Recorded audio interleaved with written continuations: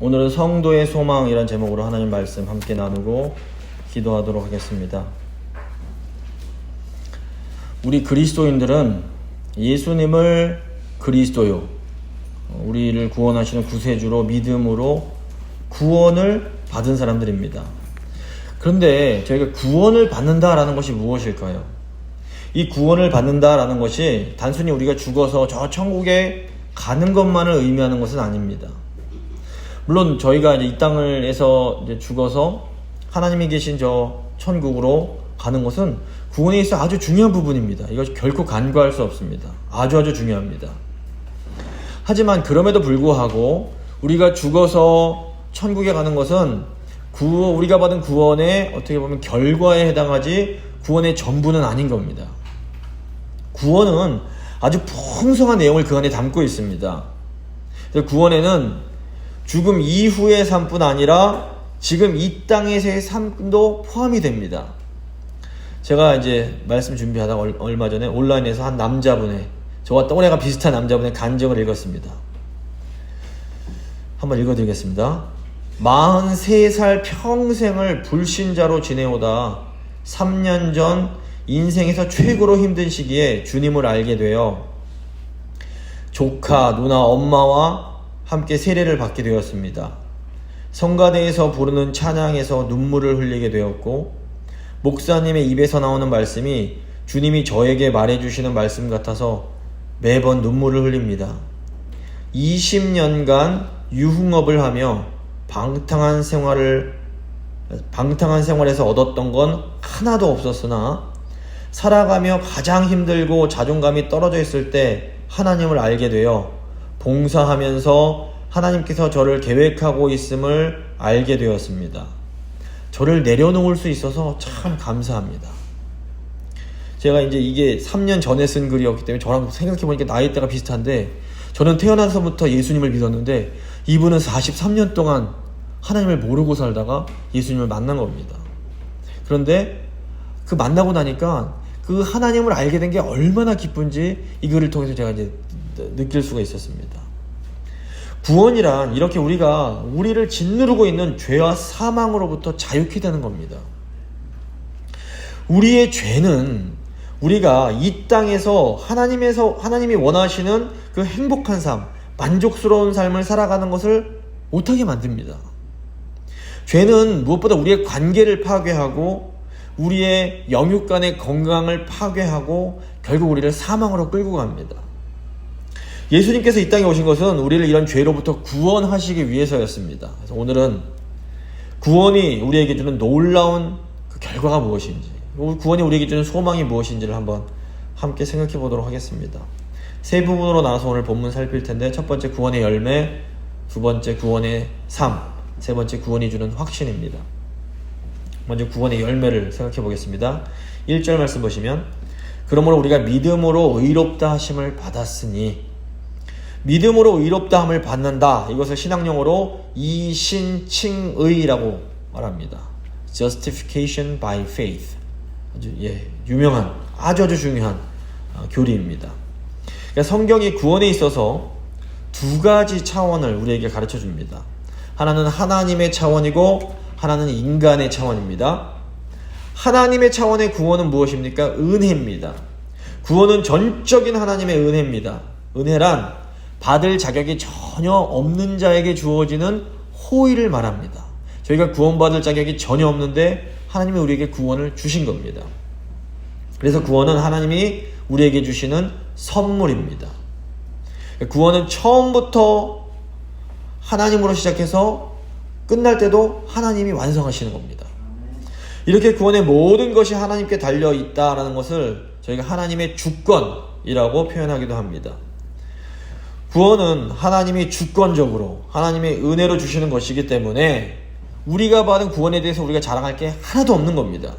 그러니까 내가 구원받았다고, 나는 예수 믿고 난 하나님 믿는데 저 하나님 안 믿는 것들, 이런 태도로 사는 것 뭐가 같냐면, 재벌 아들이 아버지가 사준 아주 비싼 고급차를 타고 그 차 자랑하는 거랑 거의 똑같습니다. 실은 아버지가 다 주신 건데 자기가 한 게 아무것도 없는데 자기가 잘났다고 자랑하는 것과 비슷합니다.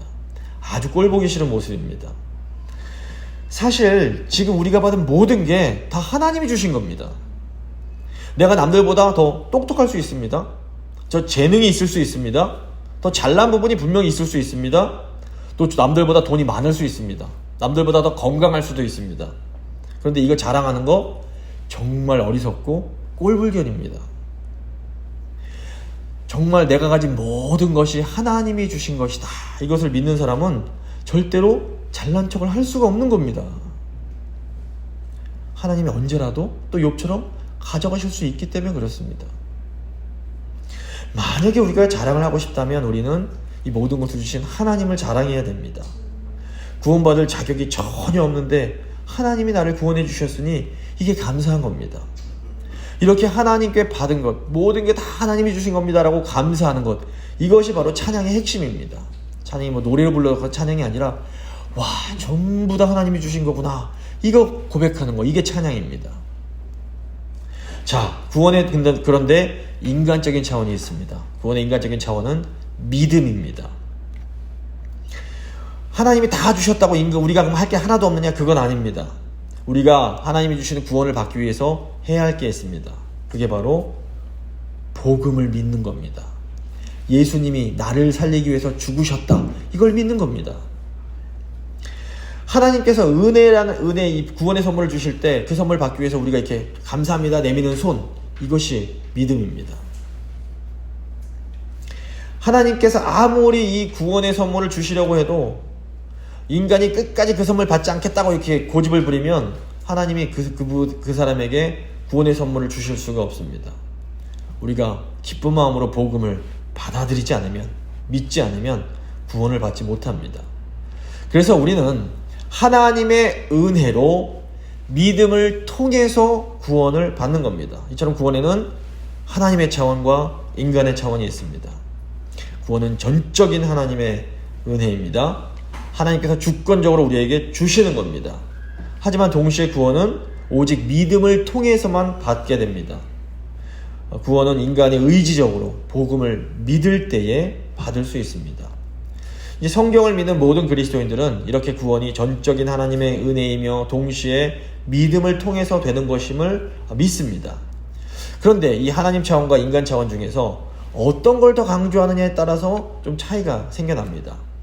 저희가 이제 장로교인데, 장로교 전통은 구원에 있어 이 하나님의 은혜, 하나님의 주권을 더 강조합니다. 물론 장로교도 인간의 믿음이 너무너무 중요하다는 것 잘 알고 있습니다. 하지만 그럼에도 장로교는 구원에 있어 하나님의 주권, 하나님의 은혜를 더 많이 강조합니다. 반면에 이제 감리교나 무슨 뭐 이렇게 오순절 계통의 이런 전통은 이 구원에 있어서 인간의 믿음, 인간의 자유에 좀 더 강조점을 둡니다. 물론 감리교도 구원이 하나님의 은혜라는 것 잘 알고 있습니다. 하지만 감리교는 이 하나님께서 인간에게 자유의지를 허락해 주셨고, 인간이 이 자유의지로 하나님을 믿고자 할 때에 그 구원을 받는다는 이 부분을 조금 더 강조합니다. 무엇이 더 맞는 걸까요? 둘 다 맞지만 둘 다 완벽하진 않습니다. 물론 전 장로교 목사로서 하나님의 은혜, 하나님의 주권에 더 강조점을 두는 것이 더 옳다라고 저는 생각을 합니다. 하지만 저희가 그렇다고 싸울 필요는 없는 겁니다. 성경의 두 가지를 다 가르치고 있기 때문입니다. 그렇다면 이 믿음이 하는 역할이 무엇일까요? 우리가 복음을 믿을 때에 하나님께서 우리의 그 믿음을 보시고 우리를 의롭다라고 선언해 주십니다. 여기서 의롭다라는 것은 법정 용어입니다. 그러니까 재판장에서 어떤 사람에게 무죄를 선고하는 것입니다. 너는 무죄다, 너는 의롭다 선언해 주시는 것, 이것이 바로 칭의입니다. 그러니까 우리가 복음을 믿을 때에 예수님이 하나님의 아들이신 그분이 나를 위해서 죽어주셨구나, 나를 살리기 위해서 죽으셨구나, 이걸 믿을 때에 하나님께서 그걸 보시고 너는 의롭다, 너는 무죄다 선언해 주시는 겁니다. 근데 하나님께서 우리를 이렇게 의롭다라고 선언하실 때에 우리에게 정말 놀라운 일이 일어납니다. 사도 바울이 하나님이 우리를 의롭다 선언하실 때 주어지는 세 가지 특권을 우리에게 알려줍니다. 첫째로, 우리가 믿음으로 구원을 받을 때, 우리가 믿음으로 칭의를 받을 때 우리는 하나님과 화평을 누립니다. 1절 후반부 보시면 우리 주 예수 그리스도로 말미암아 하나님과 화평을 누리자. 하나님과 화평을 누리자라는 것은 과거에는 우리가 하나님과 화평을 누리지 못했음을 의미합니다. 근데 하나님과 화평, 이 하나님과 화목한 것은 인간의 삶에서 근본적으로 가장 중요한 일입니다. 인간이 정말로 하나님으로부터 창조된 존재라면 저희는 그걸 다 믿는데, 하나님은 인간의 존재의 근원이십니다. 하나님은 물고기에게 있어 바다와 같고 나무에게 있어서 땅과 같은 존재이신 겁니다. 하나님과 화평하지 못하다라는 것은 이 존재의 근원으로부터 떨어져 있는 것을 의미합니다. 하나님과 화평을 누리지 못하는 사람은 하나님께서 주시는 참 생명을 누리지 못합니다. 하나님과 화평을 누리지 못하는 사람은 바다 밖으로 튕겨져 나온 물고기와 같고 땅 밖으로 빠져나온 나무와 같은 겁니다. 물론 물 밖으로 나온 물고기나 땅 밖으로 나온 나무도 잠시는 생명이 붙어있는 것처럼 보입니다. 하지만 존재의 근원이신 하나님으로부터 이렇게 떨어져 나오게 되면, 화평하지 못하게 되면 우리 안에 근원적인 불안이 존재합니다. 현대인들이, 특별히 미국의 젊은이들이 굉장히 불안을 많이 느낍니다. 이번 코로나 기간 동안에 학생들의 2분의 1이 이 마음의 불안의 병이 생겼다고 합니다. 근데 이것은 사실 근본적으로 보면 창조주로부터 우리가 분리되었기 때문에 일어나는 일입니다. 그런데 감사하게도 우리가 예수님을 통해서 이 생명의 근원, 우리 존재의 근원이신 하나님께로 돌아갈 수가 있습니다. 이것이 정말로 놀라운 특권입니다. 자, 물 밖으로 나와서 숨을 헐떡이면서 죽을 것 같았던 물고기가 다시 물속으로 들어가서 숨을 쉴 수 있다면 어떤 느낌일까요? 아마 큰 안도감을 느낄 겁니다. 야, 내가 살았구나. 제가 아까 처음에 말씀드렸던 이 43년간 불신자로 하나님에서 떨어져 나와서 지내던 사람이 하나님께 돌아갔을 때 이걸 느낀 겁니다. 아, 이거구나. 인간의 삶이란 게 이런 거구나. 하나님이랑 함께 지내야 되는 거구나. 다시 하나님 안에서 있으니까 눈물이 나오고 영적인 숨을 쉬면서 이제 살 것 같다, 이렇게 느끼는 겁니다. 우리가 예수님을 통해서 하나님과 누리는 화평, 바로 이것입니다. 예수님을 믿을 때 우리가 이 화평을 누릴 수가 있습니다. 둘째로, 우리가 믿음으로 구원을 받으면 우리는 하나님의 은혜를 누립니다. 2절입니다. 또한 그로 말미암아 우리가 믿음으로 서 있는 이 은혜에 들어감을 얻었으며. 이 하나님과의 화평은 어떻게 보면 한 번의 결정적인 사건입니다. 물 밖에 있다가 물속으로 다시 들어가는 사건이 이 하나님과의 화평의 사건입니다. 반면에 이 은혜에 거하는 것, 은혜에 들어가는 것은 지속적인 사건을 의미합니다. 물고기가 물속에 들어가서 야, 살았다라고 말하는 것이 끝이 아니라는 겁니다. 믿음으로 구원받은 사람은 이제 계속해서 하나님 아버지의 돌보시는 은혜와 사랑을 경험할 수가 있습니다. 구원받은 사람은 힘들고 어려운 일이 있을 때마다 눈을 감고 하나님 아버지께 기도할 수가 있습니다. 우리가 이렇게 마음으로 하나님께 기도할 때 하나님께서 우리의 기도를 들으시고 우리에게 응답을 해주십니다. 은혜 안에 있는 사람은 사실 더 이상 외롭지 않습니다. 하나님을 떠난 사람은 철저하게 외롭습니다. 하나님을 떠나 있으면 친한 친구들과 같이 있을 때도 때로는 외로움을 느끼는 것이 인간입니다. 그런데 모든 사람이 다 나를 떠나다 해도 주님은 나를 떠나지 않으시고 항상 나와 함께 해주십니다. 그래서 하나님 안에 있는 사람, 하나님의 그 은혜 속에 들어온 사람은 기쁘고 좋은 일이 있을 때는 하나님께 감사할 수 있고, 힘들고 슬픈 일이 있을 때는 하나님 제가 슬퍼요 따질 수 있고 하나님께 투정을 부릴 수가 있는 겁니다. 항상 우리와 함께 하시는 이 하나님이 우리에게 계시다는 것이 우리에게 얼마나 큰 복인지를 잊으시면 안 됩니다. 근데 중요한 것은 우리 시시때때로 이 은혜에 들어가기를 힘써야 된다라는 겁니다. 틈이 날 때마다 하나님께 기도하며 하나님과 교제하며 이 하나님의 은혜를 누리는 삶을 살아야 됩니다. 아침에 일어나셔서 샤워를 하실 때 따뜻한 물을 그렇게 느끼면서 이 물을 주신 하나님께 감사해야 됩니다. 제가 책을 읽어봤더니 아직도 이 $50, $100 때문에 평생 노예로 지내야 되는 사람들이 많이 존재합니다.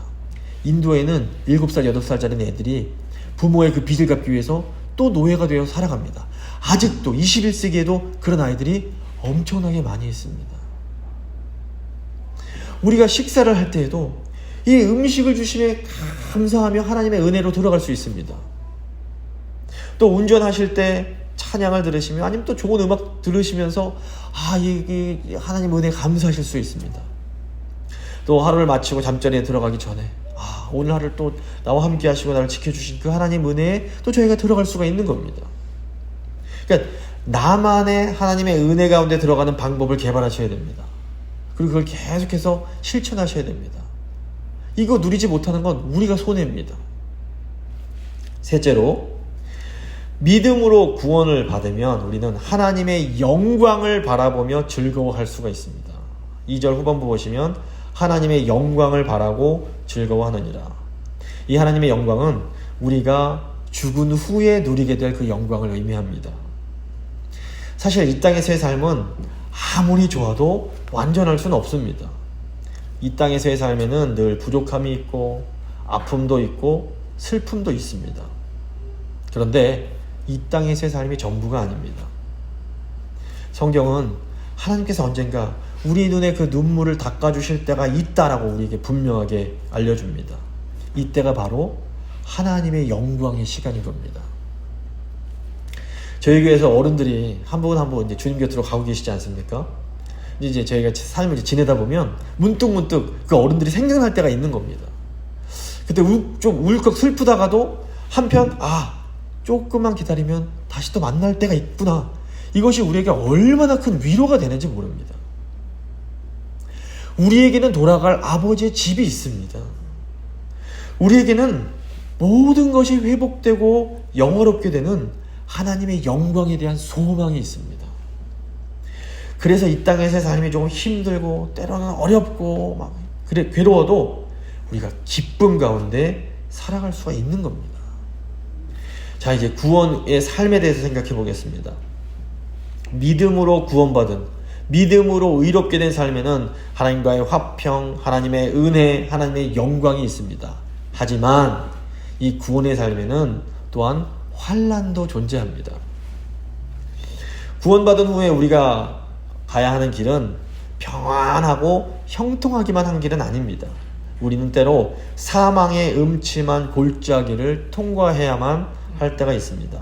하지만 구원받은 우리는 우리를 찾아오는 이 환난 가운데서도 즐거워할 수가 있습니다. 3절과 4절 보시면 다만 이뿐 아니라 우리가 환난 중에도 즐거워하나니 이는 환난은 인내를, 인내는 연단은 소망을 이루는 줄 알미로다. 어떻게 이것이 가능할까요? 환난이 우리를 더 거룩하고 아름답게 만들어준다는 것을 알기 때문에 이게 가능합니다. 무엇보다 환난은 인내를 만들어냅니다. 성숙한 사람의 특징이 인내입니다. 잘 참는 겁니다. 아이들 보면 참지를 못합니다. 근데 미숙한 사람의 특징이 잘 참지를 못하는 겁니다. 미숙한 사람일수록 기분이 나빠지고 상황이 어려우면 자기 안에 못된 성격, 나쁜 성격이 확 드러납니다. 가령 화를 잘 내는 사람은, 저도 화를 잘 내는 편인데 기분이 나쁘면 참지 못하고 버럭 가족들에게 화를 냅니다. 나이가 들어도 연세가 많이 든 분들도 내적으로 성숙하지 못하면 참지 못합니다. 그러니까 이 사람마다 어떤 부분은 잘 참지만 어떤 부분이 미숙한 부분들이 분명히 존재합니다. 문제는 내가 애를 쓰고 노력을 해도 이게 잘 고쳐지지가 않는다라는 겁니다. 그런데 환난이 우리에게 이 인내심을 줍니다. 인내력을 키워줍니다. 그동안은 이 핑계 저 핑계 나를 막 합리화시키면서 내가 어쩔 수가 없어, 내가 이미 약하게 타고났는데 어떻게 하면서 자꾸 합리화시키면서 그냥 내 나쁜 거를 자꾸 유지하려고 합니다. 그런데 결정적으로 환란이 딱 오면 인내할 수밖에 없게 되는 그때가 옵니다. 이 환란 자체는 너무너무 힘이 들고 괴롭습니다. 하지만 이 환란이야말로 우리를 인내하게 하는 최고의 방법입니다. 그리고 이 인내가 이제 어떻게 합니까? 인내는 우리의 인격을 연단시킵니다. 잘 참지 못하던 사람도 이 환란 때문에 어쩔 수 없이 참다 보면 그것이 조금씩 습관이 되어갑니다. 그리고 이 습관은 점점 우리의 인격으로 자리를 잡게 됩니다. 물론 시간이 오래 걸립니다. 사람에 따라 좀 짧게 걸릴 수도 있지만 어떤 사람은 더 오래 걸리기도 합니다. 하지만 이 인격의 연단, 이 훈련이야말로 사실은 가장 가치 있는 투자라고 할 수 있습니다. 우리가 어떤 것에 시간과 물질을 투자하면 나중에 큰 이익을 얻게 됩니다. 사업에 투자하면 물질적인 이익을 얻을 수가 있습니다. 또 운동에 투자하면 건강이란 또 이익을 얻게 됩니다. 그런데 우리가 우리의 인격에 투자하는 것은 우리에게 가장 큰 유익을 줄 수 있습니다. 우리 성령 안에서 우리의 인격을 이렇게 인내함으로 훈련하다 보면 점점 하나님이 원하시는 그런 인격을 가진 사람이 되어갑니다. 창세기 보시면 야곱이 인내할 줄 모르는 사람이었습니다.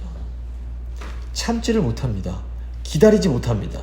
어떻게 해서라도 내가 원하는 것을 얻어내야만 되는 그런 사람이 야곱이었습니다. 그런데 노년의 야곱을 보면 어떻습니까? 인내하는 성숙한 인격을 가진 사람으로 변화되어 있는 것을 보게 됩니다.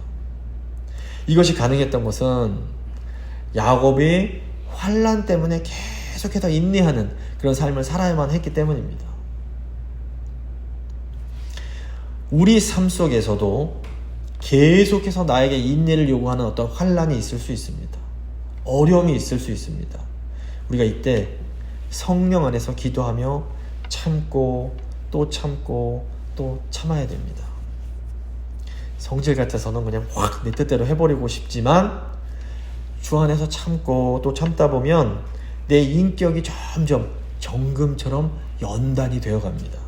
욥기 23장 10절 보시면 내가 가는 길을 그가 아시나니 그가 나를 단련하신 후에는 내가 순금같이 되어 나오리라, 이런 말씀이 있습니다. 하나님께서 환난 통해서 내 인격을 다듬으시는 이 시간이 나의 인격이 주님 보실 때 정금처럼 변해가는 시간이라는 것을 기억하셔야 됩니다. 그리고 이렇게 연단된 인격은 결국 영광의 소망을 줍니다. 진짜 예수님을 만난, 진짜 거듭난 그리스도인은 영적으로 성장하게 되어 있습니다. 인격적으로도 성숙하게 되어 있습니다. 근데 모든 사람에게 다 좀 약하고 부족한 부분이 있습니다. 못된 부분들이 있습니다. 근데 이제 한번 우리 삶을 쭉 뒤돌아보시면 과거에 비해서는 그 못된 부분이 그래도 많이 좋아진 걸 느끼실 수 있을 겁니다. 과거에는 내 못난 부분, 나쁜 부분이 10이었다면 지금은 그래도 5로 변하고 3으로 변하고 이런 모습들이 있는 겁니다. 이걸 쭉 생각해 보다 보면 언젠간 내 못난 부분, 내 악한 부분이 0으로 변할 때가 있겠구나, 이걸 생각할 수가 있습니다. 바로 이것이 우리가 그리스도 안에서 갖는 소망입니다. 지금 나의 모습이 내 마지막 모습이 아닙니다. 성령님께서 우리를 흠도 없고 티도 없는 정말로 아름다운 인격으로 변화시켜 가고 계십니다. 그리고 종국에는 우리가 그리스도 안에서 더 거룩하고 더 아름답고 온전한 모습으로 변화될 겁니다. 그래서 내가 내 모습을 딱 봐도 괜찮다, 이렇게 흡족해 할 수 있는 그런 모습으로 이렇게 변화될 때가 오는 겁니다. 우리의 고난으로 연단되고 있는 인격, 이것이 우리에게 이런 미래를 소망할 수 있게 해줍니다. 그런데 참 역설적으로 이 영광의 소망이 지금 우리가 당하고 있는 환난에서 시작이 됩니다. 환난 자체는 너무 괴롭지만 이 환난이 우리를 인내하게 하고 더 아름답고 거룩하게 만들어준다는 것을 알기 때문에 우리는 환난 중에도 주 안에서 즐거워하며 살아갈 수 있는 겁니다. 이제 세 번째, 구원이 주는 확신을 생각해 보겠습니다. 우리가 받은 구원이 우리에게 주는 최고의 위안은 바로 성령께서 우리에게 주시는 확신입니다. 5절 보시면 소망이 우리를 부끄럽게 하지 아니함은 우리에게 주신 성령으로 말미암아 하나님의 사랑이 우리 마음에 부은 바 됨이니. 이 시대를 불확실성의 시대라고들 합니다. 저희 장로님도 기도해 주셨지만 정치적 상황, 경제적 상황, 이 사회적 상황이 너무너무 불안합니다. 앞으로 어떻게 될지 도저히 감을 잡을 수가 없습니다. 세상은 점점 더 불안해져 가고 확실한 것은 점점 더 없어져 갑니다. 이렇게 모든 것이 불안하고 불확실한 시기에 우리가 붙잡을 수 있는 확실한 것이 무엇일까요? 우리는 하나님께서 우리를 사랑하신다는 것, 이 사실은 확신할 수 있습니다. 예수님의 십자가에는 여러 가지 풍성한 의미가 담겨 있습니다. 그런데 이 예수님의 십자가가 보여주는 가장 중요한 것이 무엇인가 하면 바로 우리를 향한 하나님의 사랑입니다. 내가 너를 이만큼 사랑한다. 내가 널 위해서 내가 죽을 만큼 내가 너를 너무너무 사랑한다. 십자가가 이걸 우리에게 보여줍니다. 사도 바울이 성령으로 말미암아 하나님의 사랑이 우리 마음에 부은 바 되었다라고 말을 합니다. 성령님께서 이 하나님의 사랑을 우리 마음 가운데 막 부어주십니다. 이 사랑에 대한 확신이 있으면 상황이 아무리 불안하고 불확실해도 우리는 소망을 가지고 앞으로 믿음으로 전진해 나갈 수 있습니다. 이 불안한 시대에 우리에게 가장 필요한 것, 그것은 바로 하나님의 사랑에 대한 확신입니다. 성령님은 우리에 대한 하나님의 사랑을 우리 마음속에 홍수처럼 아주 강력하게 부어주심으로 우리가 하나님이 나를 사랑하고 계시는구나, 이것을 정말 깨달을 수 있게 하십니다. 그래서 우리는 성령님을 통해서 지금도 흘러넘치는 하나님의 이 사랑의 근거에서 하나님이 결국에는 우리를 구원하시고 우리를 영광스럽게 하실 것에 대해서 이 소망을 가지고 확신할 수가 있는 겁니다. 사실 지금 당장 이 세상이 멸망한다 해도 그리스도 안에 있는 우리는 안전합니다. 아무 걱정할 게 없는 겁니다. 지금 당장 세상이 끝나도 우리는 주님 곁에 있는 겁니다. 그러므로 세상에 좀 힘든 일이 많이 있지만 아무 염려하실 필요가 없는 겁니다. 우리를 사랑하사 우리를 위해서 그 귀한 외아들을 주신 하나님께서 우리를 끝까지 책임져 주시고 우리를 끝까지 인도해 주십니다. 이것이 복음이 우리에게 주신 약속입니다. 지금 우리에게 있는 환난은 절대로 영원한 게 아닙니다. 우리에게는 언젠가 이 모든 것이 아름답게 회복되는 영광의 소망이 있습니다. 말씀을 마무리 짓겠습니다. 믿음으로 구원받은 삶에는 하나님과의 화평, 하나님의 은혜, 하나님의 영광이 있습니다. 하지만 구원받은 삶에는 환난도 존재합니다. 환난은 우리를 인내하게 하고 이 연단된 인격을 만들어주고 결국에는 영광의 소망을 우리에게 줍니다. 구원이 우리에게 주는 최고의 위안은 바로 하나님의 사랑에 대한 확신입니다. 사랑의 하나님께서 끝까지 우리를 지키시고 우리를 인도해 주십니다. 이 어두운 골짜기를 지나고 나면 우리를 위해 예비된 푸른 초장이 있음을 기억하시면서 계속해서 주님을 신뢰하며 이 믿음의 길을 가실 수 있기를 간절히 소망합니다. 이제 믿음의 기도 잠시 드리시겠습니다.